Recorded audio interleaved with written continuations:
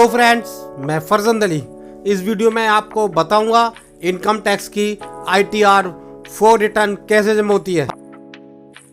मैं आपको सबसे पहले ये बता दूं कि इनकम टैक्स की ITR 4 कौन कौन जमा कर सकते हैं। तो सबसे पहले मैं आपको बताऊं, इनकम टैक्स का फॉर्म नंबर 4 वही जमा कर सकते हैं जो कि प्रीजम्पटिव इनकम की जो स्कीम है उसको फॉलो या ऑप्ट करते हैं। तो इसके लिए किसी की भी टर्नओवर या सेल 2 करोड़ या इससे नीचे है वो इस स्कीम को ऑप्ट कर सकते हैं, या कोई प्रोफेशनल है जिसकी टोटल रिसीप्ट अगर 50 लाख से नीचे है वही इस स्कीम को ऑप्ट कर सकते हैं। इसके अलावा किसी की सैलरी है वो 50 लाख से नीचे है या इनकम फ्रॉम अदर सोर्सेज है तो उसकी टोटल इनकम 50 लाख से नीचे है वही इस स्कीम को ऑप्ट कर सकते। अब मैं बता दूं आपको इस स्कीम में आपकी इनकम कितनी मानी जाती, टोटल सेल या आप कहें टर्नओवर या आप कहें रिसीप्ट।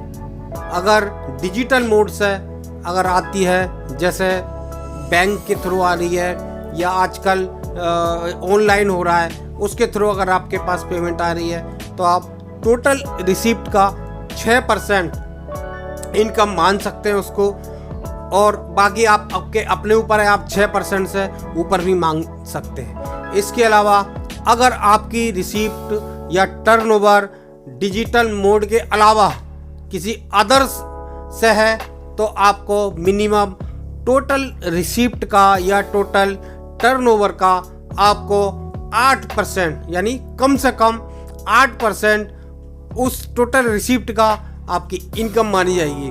तो ये अमाउंट आपको जो माना जाएगा वो आपकी इनकम मानी जाएगी, तो उस इनकम पर आपको इनकम टैक्स लगेगा।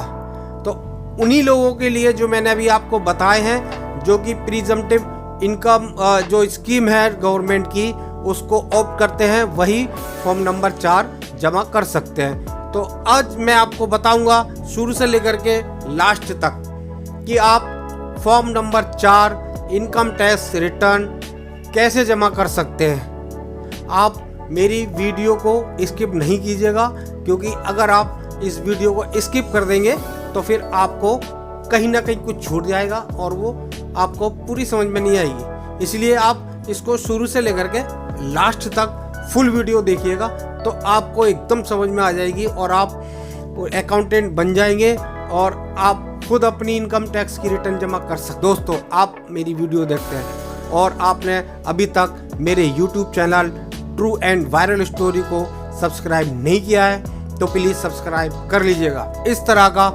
आपको एक सब्सक्राइब लिखा हुआ दिखाई देगा, वहाँ पर आपको क्लिक करना है। और इसके अलावा आपको इस तरह की एक घंटी का निशान दिखाई देगा, वहाँ पर आपको क्लिक करना है। अगर वहाँ पर आप क्लिक कर देंगे तो जब भी मैं कोई नया वीडियो डालूंगा तो आपको मेरी नई वीडियो की नोटिफिकेशन मिलेगी और आप मेरी उस वीडियो को सबसे पहले देख सकते। अब हम आपको बताएंगे इनकम टैक्स की रिटर्न कैसे जमा की जाती है, और अब हम जमा करेंगे इसमें ITR 4। उसके लिए हम सबसे पहले जाएंगे इनकम टैक्स की वेबसाइट पर और incometax.gov.in इसको खोलेंगे तो इस तरह से ये खुलेगी। तो यहाँ पर आपको ऊपर दिखाई देगा लॉगिन पे क्लिक करेंगे।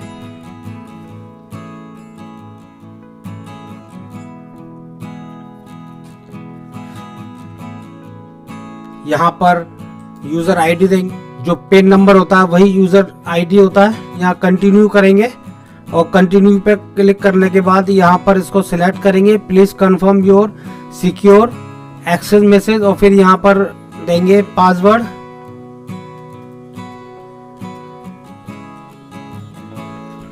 और यहाँ कंटिन्यू पे क्लिक करेंगे। ये देखिए हमारा लॉगिन हो गया है। हम सबसे पहले ई फाइल लिखा हुआ है यहाँ क्लिक करेंगे, फिर इनकम टैक्स रिटर्न पे जाएंगे और ऊपर फाइल इनकम टैक्स रिटर्न पे क्लिक करेंगे। और ये देखिए यहाँ पर सिलेक्ट असेसमेंट ईयर, तो हमें रिटर्न जमा करना है 22-23 की, और फिर ऑनलाइन पे सिलेक्ट करना है फिर कंटिन्यू, फिर यहाँ पर स्टार्ट न्यू फाइलिंग, और यहाँ पर हमें इंडिविजुअल पे सिलेक्ट करना है, फिर कंटिन्यू, फिर यहाँ पर हमें सिलेक्ट करना है कौन सा फॉर्म जमा करना है हमें। तो हम अभी फॉर्म नंबर 4 जमा करना है, तो हम ITR 4 पर सिलेक्ट करेंगे और फिर प्रोसीड विद ITR 4। अब यहाँ पर लेट्स गेट स्टार्टेड पर क्लिक करेंगे। अब यहाँ पर हमें ये कुछ जवाब देने हैं सिलेक्ट करने के बाद। हमें क्या है, पहले सिलेक्ट करना है tax payable income is more than basic exemption limit, या filing return of income due to fulfilling any one or more below mention conditions as per 7th proviso to section 139। अगर इसमें हमें क्लिक करेंगे तो फिर इसमें कुछ रिक्वायरमेंट है कि अगर आपका ये है तो आपको इनकम टैक्स रिटर्न जमा करना मैंडेटरी है। उसमें सबसे ऊपर है deposited amount or aggregate of amount exceeding 1 crore in 1 year or more current accounts during previous year. अगर आप ये हैं तो आपको मैंडेटरी है।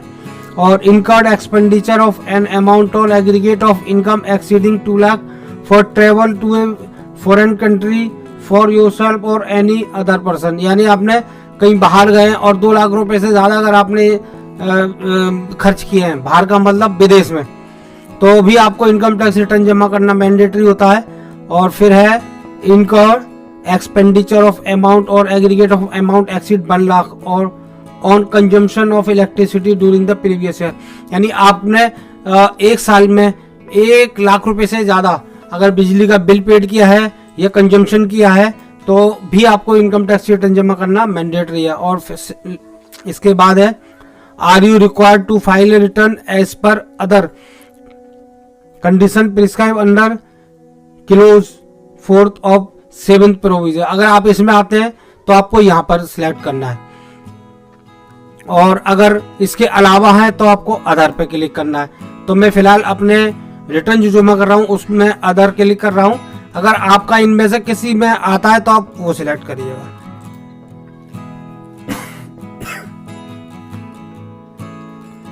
अब यहाँ पर ओके क्लिक करेंगे। अब ये देखिए सबसे पहले है पर्सनल इंफॉर्मेशन, इसको हमें फिल करना होता है। फिर है ग्रॉस टोटल इनकम, फिर इसके बाद डिस्क्लोजर एंड एग्जेम्प्ट इनकम, फिर टोटल डिडक्शन। ये सारे जितने भी आइटम है ना, इनको सबको हमें वेरीफाई करना होता है। तो हम सबसे पहले पर्सनल इंफॉर्मेशन पर क्लिक करेंगे।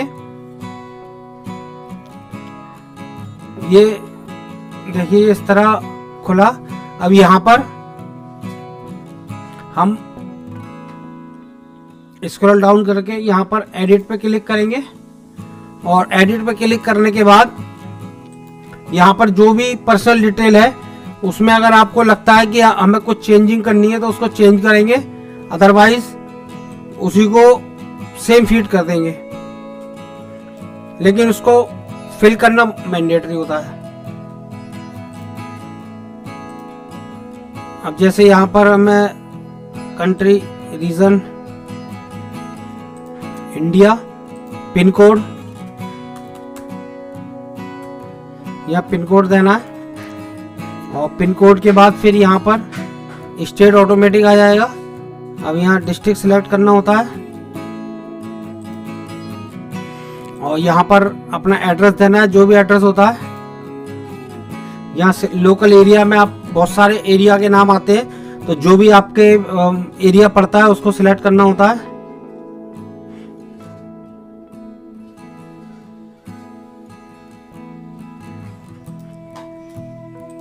यहाँ पोस्ट ऑफिस,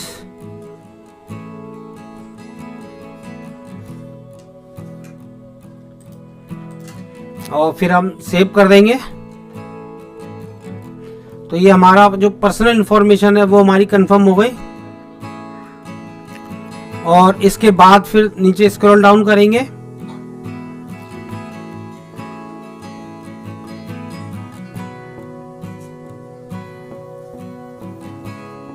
अब इसमें देखिए ये ऑटोमेटिक सिलेक्ट हो रहा है क्योंकि हमारी लेट रिटर्न जमा हो रही है, इसलिए सिलेक्ट हो रहा है 139 सब सेक्शन 4 में।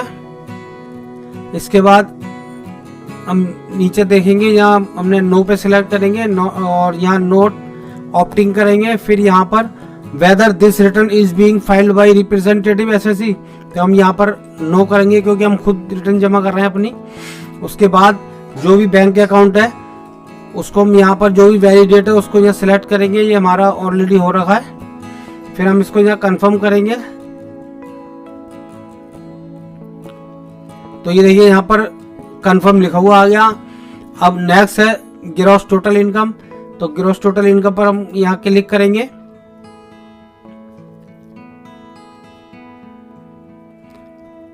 अब इसमें हमें, अगर आप सैलरीड हैं तो उसमें आपको यस नो करना है, और बिजनेस से रिलेटेड जो है वो इसमें कुछ नहीं करना। अगर बिजनेस आपका तो यहाँ सभी जगह नो करना होता है।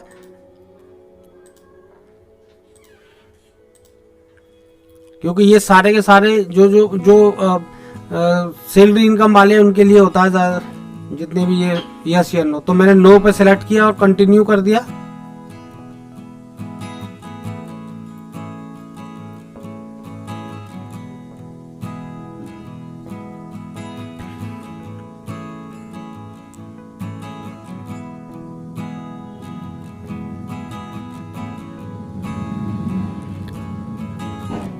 अब यहाँ पर देखिए इनकम फ्रॉम सैलरी है तो डाल दीजिए, और फिर इनकम फ्रॉम हाउसहोल्ड प्रॉपर्टी में कुछ है तो उसमें डाल दीजिए। इनकम फ्रॉम बिजनेस और प्रोफेशन ये लिखा हुआ है, इसके नीचे लिखा है ऐड डिटेल, तो हमें ऐड डिटेल करनी है। यहाँ क्लिक कर दिया मैंने।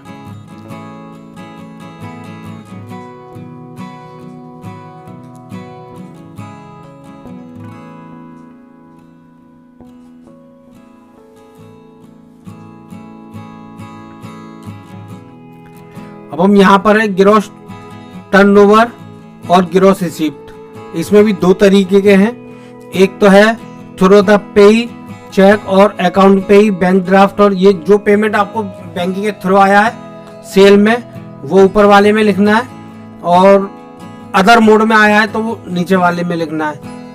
और सेकंड नंबर पर है presumptive income under section 44 AD, तो इसमें भी दो हैं। इसमें एक है अगर चेक से पेमेंट आई है तो 6% वाले में, और अदर मोड में है तो 8% पे, तो मैं 8% वाले लूंगा। अब यहाँ पर हम थ्रू एनी अदर मोड में डालेंगे अमाउंट, जो भी हमारा सेल का अमाउंट है, और इसके बाद फिर हम इनकम डालेंगे। इनकम जो भी हमारी है, ये मैंने यहाँ इनकम डाल दी, और यहाँ पर ऐड पे क्लिक करेंगे।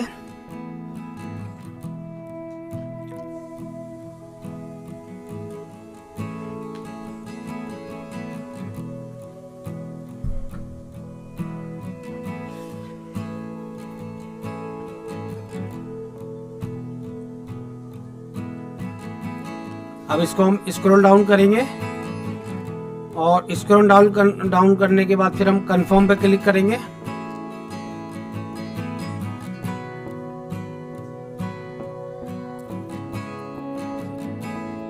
अब ये देखिए ग्रॉस टोटल इनकम ये हमारी कंफर्म हो गई। अब नीचे है डिस्क्लोजर्स एंड एग्जाम्प्ट इनकम, तो हम यहाँ क्लिक करेंगे। अब ऊपर ये लिखा हुआ financial particulars of the business, इसके नीचे लिखा ना it is mandatory to fill these details, तो यहाँ ऐड जो डिटेल लिखा हुआ है यहाँ क्लिक करेंगे। अब यहाँ पर जो भी अमाउंट है आपके पास वो आपको डालना है, जैसे पार्टनर्स कैपिटल कितनी है, सिक्योर लोन कितना है, अनसिक्योर लोन्स कितने हैं, एडवांस कितने हैं, सन्ड्री क्रेडिटर्स कितने हैं, और अदर लाइबिलिटी कितनी है, तो ये टोटल हो जाएगा आपका। फिर फिक्स एसेट्स कितना है, इन्वेंट्री कितनी है, सन्ड्री डेटर कितना है, बैलेंस विद बैंक कितना है, कैश इन हैंड कितना है, ये सारे कॉलम आपको फिल करना है। और जिसमें रेड कलर का स्टार बना हुआ है वो मैंडेटरी होते हैं। तो मैं इसको जो मेरे पास फिगर है वो मैं यहाँ देता हूँ।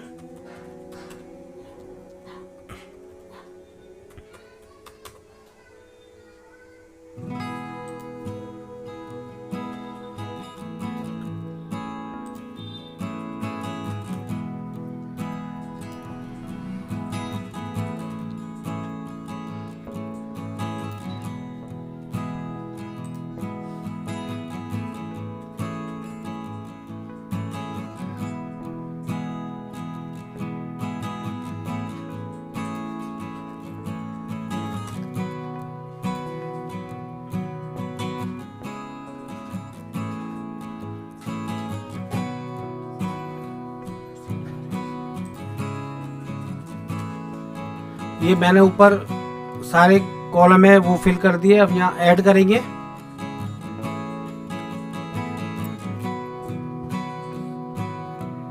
अब इसको स्क्रॉल डाउन करेंगे और यहाँ कंफर्म कर देंगे।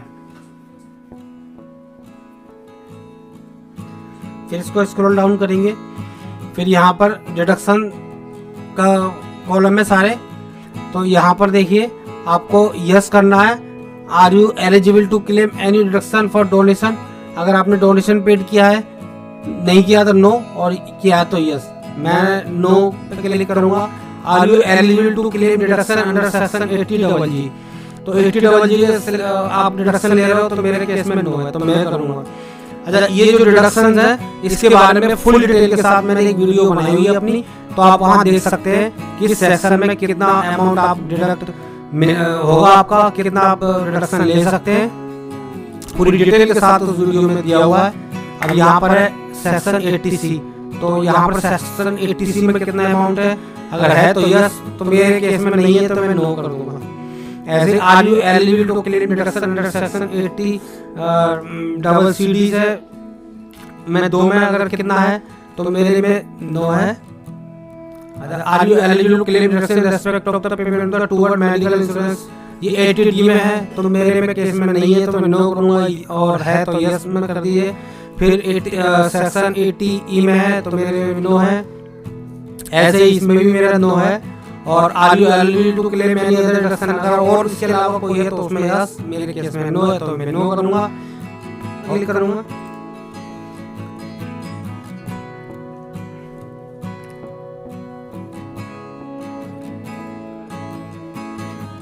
इसको स्क्रॉल डाउन नीचे करेंगे और फिर यहाँ इसको कंफर्म लिखा हुआ है, यहाँ क्लिक करेंगे।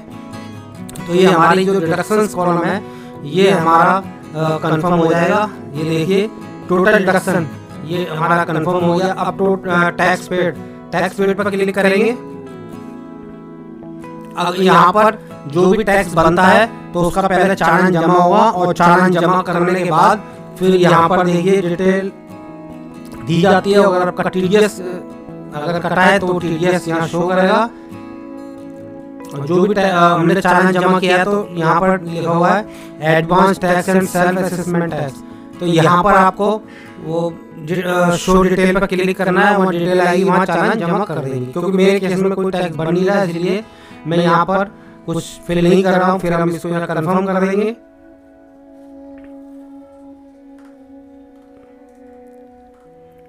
और फिर देखिए हमारा टैक्स पेड कंफर्म हो गया। अब टोटल टैक्स लायबिलिटी पर क्लिक करेंगे तो यहाँ पर शो करेगा कि आपकी टोटल टैक्स लायबिलिटी कितनी बन रही है। तो देखिए यहाँ पर मेरी कोई टैक्स लायबिलिटी नहीं बन रही है, ना इंटरेस्ट बन रहा है, कुछ भी नहीं बन रहा, मेरी नील है सारा। तो मैं यहाँ पर इसको कंफर्म कर दूंगा। और फिर इसके बाद फिर नीचे स्क्रॉल डाउन करेंगे तो देखिए हमारा ये सारा कंफर्म हो गया है। अब यहाँ पर हम प्रोसीड करेंगे।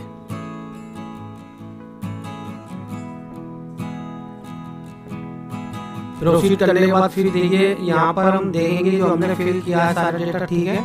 फिर इसको प्रीव्यू रिटर्न में क्लिक करेंगे और फिर यहाँ पर देखिए जो नाम लिखा है उसके बराबर में कॉलम है, यहाँ हम सिलेक्ट करेंगे।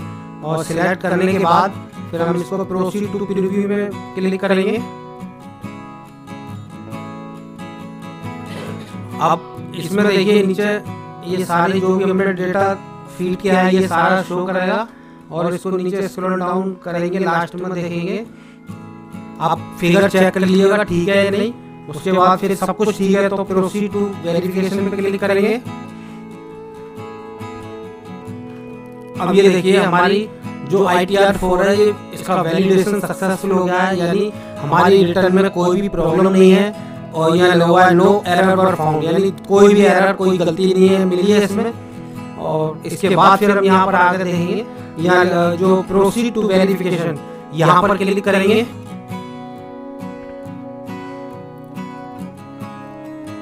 अब यहाँ पर क्लिक करने के बाद हमारे पास 3 ऑप्शन होते हैं वेरिफिकेशन करने के लिए। ई वेरिफिकेशन होता है जो कि आपके आधार में जो भी मोबाइल नंबर दिया हुआ है उस पर एक OTP जाता है, वो OTP देना होता है आपको। तो आपकी रिटर्न वेरीफाई हो जाएगी और वो आपकी रिटर्न कंप्लीट हो जाएगी। दूसरा ऑप्शन है ई वेरिफिकेशन लेटर। अगर हम यहाँ क्लिक करेंगे तो इसका मतलब ये है कि आप बाद में इसको वेरीफाई कर सकते हैं कभी भी। और थर्ड है वेरीफाई बाय ITRV। तो इसमें आपको रिटर्न जमा करने के बाद उसकी कॉपी निकालनी पड़ेगी और कॉपी बेंगलुरु का जो एड्रेस दिया हुआ है वहाँ पर भेजनी होती है। आप जब तक उसको वेरीफाई के जो ITR है उसके लिए आप साइन करके बेंगलुरु नहीं भेजेंगे जब तक आपकी ITR कंप्लीट नहीं होगी। अब ये देखिए 30 दिन के अंदर लिखा हुआ है, पर 30 दिन के अंदर आपको वो भेजनी होती है। तो मैं सबसे ऊपर वाला सिलेक्ट करता हूँ ई वेरीफाई नाउ। तो मेरा ये फिर यहाँ कंटिन्यू पे क्लिक कर देंगे और कंटिन्यू पे क्लिक करने के बाद यहाँ पर ऑप्शन आते हैं how do you want to e verify. आप ई वेरीफाई किस तरह से करना चाहते हैं? I would like to verify using OTP और mobile number registered with Aadhaar. आप आधार पे मैंने नहीं बताया, आपके जो आधार नंबर पर जो मोबाइल नंबर होता है उस पर आपका OTP जाता है और वो वहाँ पर OTP आपको यहाँ देना पड़ता है। उसके बाद फिर ये होता है I would like to verify using digital signature certificate. तो डिजिटल सिग्नेचर सर्टिफिकेट बनते हैं, DSC बनती है, उसके थ्रू भी आप इसको वेरीफाई कर सकते हैं। अगर आपके पास आधार का कोई OTP जाने का कोई आपके पास फैसिलिटी नहीं है तो इसके साथ साथ आप और भी अदर तरीके हैं वेरीफाई करने के, जिसमें generate electronic verification code through net banking, through bank account, through demat account. तो आप इनके जरिए भी आप ई वेरीफाई कर सकते हैं। तो मैं अब क्या करूँगा, सबसे ऊपर वाला सिलेक्ट करूँगा, आधार वाला। तो ये मैंने सिलेक्ट कर दिया और यहाँ कंटिन्यू पे क्लिक कर दिया। कंटिन्यू पे क्लिक करने के बाद फिर ये ऑप्शन आता है I agree to verify my Aadhaar detail. तो यहाँ पर हम सिलेक्ट करेंगे और यहाँ पर सिलेक्ट करने के बाद यहाँ जनरेट आधार OTP लिखा हुआ है, यहाँ सिलेक्ट करेंगे और फिर देखिए अब यहाँ पर OTP चला गया है उस मोबाइल नंबर पे। अब हम यहाँ पर OTP आएगा और यहाँ OTP देंगे। अब देखिए मैंने यहाँ पर OTP दे दिया है, तो यहाँ वैलिडेट पर क्लिक करेंगे।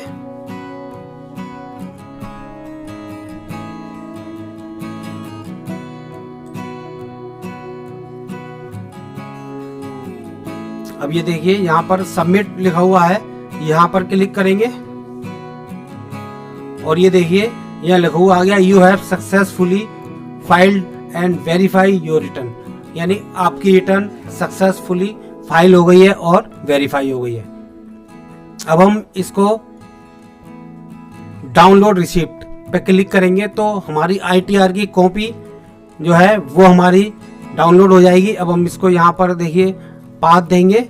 अभी मैंने फाइल नेम दे दिया और इसको यहाँ सेव कर दिया। सेव करने के बाद अब हम इसको ओपन करेंगे तो देखिए ये हमारी ITR 4 इनकम टैक्स की रिटर्न ये जमा हो गई है सारे। ये देखिए अब हम जो हमारी ITR का फॉर्म है वो हम देखेंगे, चेक करेंगे। अब यहाँ फिर दोबारा से यहाँ डैशबोर्ड पर जाएंगे और डैशबोर्ड पर जाने के बाद ई फाइल लिखा हुआ है, यहाँ पर रखेंगे कर्सर और इनकम टैक्स रिटर्न और फिर हम व्यू फाइल रिटर्न पे जाएंगे। तो ये देखिए हमारी असेसमेंट ईयर 22-23 की लिखा हुआ है ओरिजिनल और ITR 4। तो अब यहाँ से भी हम इसकी एक्नॉलेजमेंट की कॉपी को डाउनलोड कर सकते हैं और यहाँ पर डाउनलोड फॉर्म लिखा हुआ है, यहाँ क्लिक करेंगे तो हमारा जो फॉर्म है यहाँ सेव पे क्लिक कर देंगे और फिर ये देखिए यहाँ खोलेंगे तो ये हमारा ITR का फॉर्म है, फॉर्म नंबर 4। और नीचे देखिएगा स्क्रॉल डाउन करके ये पूरा फॉर्म है।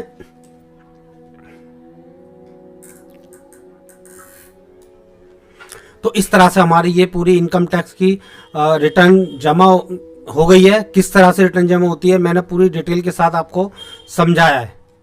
आई होप मेरा ये वीडियो आपको पसंद आया होगा और आप समझ गए होंगे कि income tax return form number 4 कौन कौन जमा कर सकता है और ये कैसे जमा किया जाता है। मैंने आपको इस अपनी वीडियो में डिटेल से समझाया है, स्टेप बाय स्टेप समझाया है। अगर आपको मेरी ये वीडियो समझ आई हो और आपको मेरी वीडियो ये अच्छी लगी हो तो मेरी इस वीडियो को आप ज़्यादा से ज़्यादा शेयर करें और अपने यार दोस्तों को करें, दिखाएं और इसको लाइक करें और हमें बताएं कि हम आगे किस टॉपिक पे वीडियो बनाएं।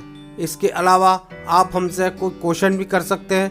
इस नीचे जो कमेंट लिखा हुआ है वहाँ पर आप कमेंट में लिखिए, हम कोशिश करते हैं आपके सवालों के जवाब देने के लिए। अब मिलते हैं हम अपनी किसी दूसरी वीडियो में दूसरे टॉपिक के साथ। Thanks for watching this video.